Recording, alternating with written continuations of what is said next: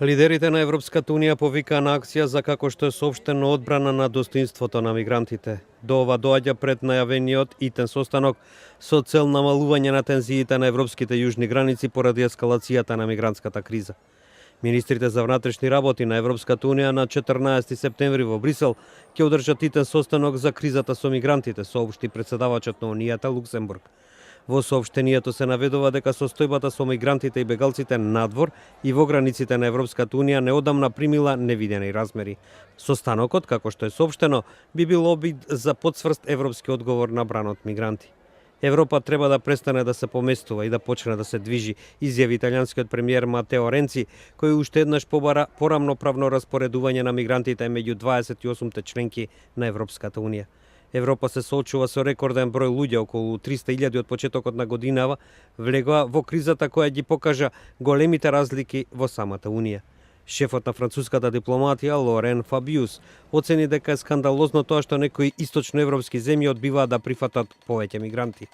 Според него, изградбата на ѕид во Унгарија за спречување на мигрантите немало ништо заедничко со европските вредности. Тоа веднаш предизвика остра реакција од Будимпешта, за која коментарите на Фабиус биле шокантни и без основа. Докавката меѓу Франција и Унгарија дојде во момент кога министрите за внатрешни работи на Германија, Франција и Британија побараа подобро регулирање на состојбата со бегалците кои пристигнуваат на југот на Европа. Томас де Мезиер, Бернар Казнеф и Тереза Меј оценија дека до крајот на годинава треба да се утврдат така наречени жешки точки и да се востануват центри во Грција и Италија, каде што бегалците би се идентификувале и регистрирале, што на властите ќе им помогне побрзо да утврдат на кој му е неопходна заштита.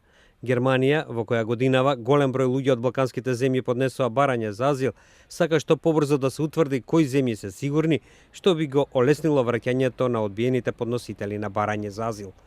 Берлин, Париз и Лондон предлагаат итно воведување систем на решавање на барањата за азил, како и брзо враќање на мигрантите кои немаат причина ни основа за тоа.